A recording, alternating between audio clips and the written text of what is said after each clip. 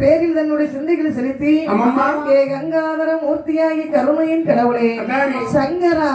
சதாசிவா நீலா நிர்த்தரா இறையவா சற்பரனா என்று ஒரு வருடமா 2 வருடமா சின்ன சீரடிவா சித்தப்பா 12 வருடமாகவே மழை என்றும் பாராமல் வெயில் என்றும் பாராமல் அகோரமான தவத்தை செய்து வருகின்றான் பிரம்மராட்சதனாகி வல்லரக்கி